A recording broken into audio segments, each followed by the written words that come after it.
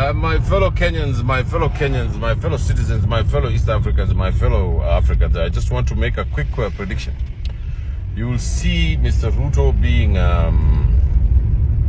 sworn in at 8 o'clock in the morning in 2027, 8 o'clock at night, after they've fuddled and bamboozled the election system. You know, they made his lawyer resigned from the IEBC Overwatch, I believe. Because they don't have the vote, and neither does Mr. Odinga have the vote. In Luo Nyanza, the opposition is probably going to take maybe 60% of the vote. This is on record. I'm going to tell you what's going to happen. Even in Rift Valley, the Kalenjins are going to break up. Up there, the Kipsigis are going to go into the opposition. Probably the other guys, too, some of them will break up. I can tell you that the whole country plus the Gen Zs and everybody is going to vote this man out, and then he's going to try and cook the books. Then he's going to go and do what Kibaki did in his first term. Then he's going to tell everybody, you allowed it for Kibaki, why not me? He's living in a dream la la la la land. Hey, he's living in a different world. Kenya, nothing's going to happen to Kenya. There will be no problem. There will be no fighting. All Kenyans are mature enough to know that this politicians' business of making us fight is over. We are just going to go and march to whoever tried to steal. If it's the opposition, we will go and march against them and tell them, you thieves. And if it's him, we will march against him. Nobody is going to overthrow the will of the people again ever in this country. Very sorry, because the words of the Lord, they're altogether precious, they're altogether righteous, and they're altogether true. And I want to put that on the record there. So help me God. Today in Nairobi. Now, my fellow East Africans, my fellow Africans, good morning. So I want to speak about international relations today. You know, our president is a zoologist. This is the analysis of flora and fauna. He's not an international relations expert. I don't hold that against him. I really don't. I have to be honest about that. He's the president. Now, the foreign policy of this country is the president's foreign policy. But I want to point out what a disastrous foreign policy that he has. Do you know why it is disastrous? I'm not going to mention any of those past things that has happened. Because they're all on the record, and you can check them on Citizen TV online and how I've spoken about them. The disaster is that the West has now abandoned Mr. Ruto. The West has abandoned Mr. Ruto because of one major thing. They banked on him. They banked on him against Mr. Odinga. They said he was the conservative fellow in Kenyan politics, and he was probably going to follow the West's line. Lo and behold, Mr. Ruto has been treating international relations as a contest between UDA, ODM, Kikuyus, Kalenjins, Warriors, all these things.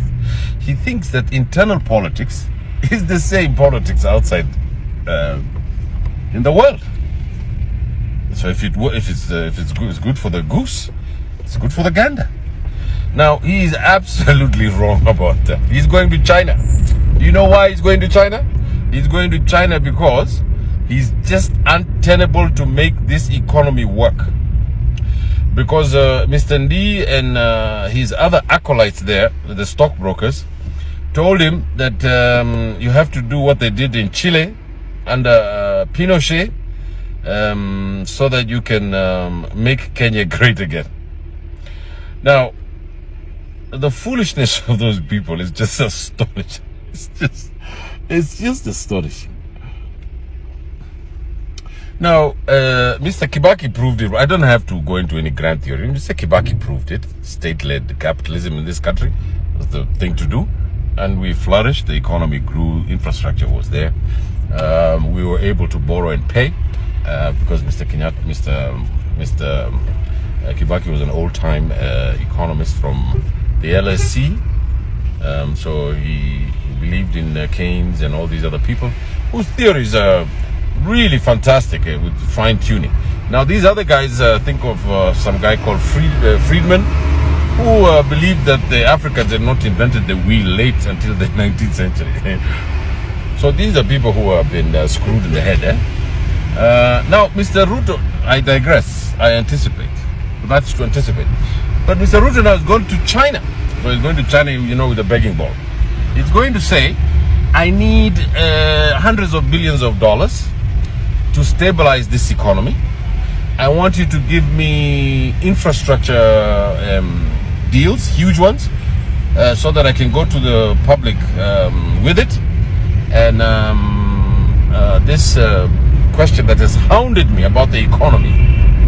Remember Bill Clinton, it's the economy, stupid, that has made the politics go to the outhouse. He wants to solve that through China. Now, in the last 2 years, he was causing up to the West. Now we have a new guy called Trump over there in the USA, who's got a war with China over tariffs. There goes Mr. Ruto again. He took sides there in the Russians and the Ukraine, right? He's taken sides there over the Palestinians and the Israelis. Here he is now going to take sides now with the Chinese and the Americans. What happens when the Chinese figure out that they have him by the proverbial tennis balls? Huh? You know what they're going to do? The Americans and the Chinese are going to make peace in 90 days, maybe 100 days. They will. I can guarantee you that much, because they need each other more than anybody else needs each other in this world. This China going to Cambodia, the Americans talk about tariff. It's the Trump plays the game of football. You know, throws the ball, it's a good offense, and that's how you get the people to come and sit with you and you negotiate these things. And Mr. Trump is, I believe, playing a very scandalous game, and it's going to come back and haunt him, because the way the international community's system is now structured is that there are bolts that are made in Peru, there are, lights that are made in Bangladesh. There is no ownership of anything. All these cars here, see these second-hand cars that we have here in Nairobi, all their parts are from different places. So I want to tell Mr. Ruto, I'm not going to tell him how he's going to fix his international relations. I know how he would, but I'm not going to tell him, because we want to replace him in the government. He has failed now on the international, he's failed on the politics of this country. He's failed on Butere girls. He's failed on the economy. And he's failed on international relations, let alone the other things that he's screwed up. And we keep asking the Lord to keep us in his bosom, because his words are true, righteous, and precious all the time. Can I get an amen?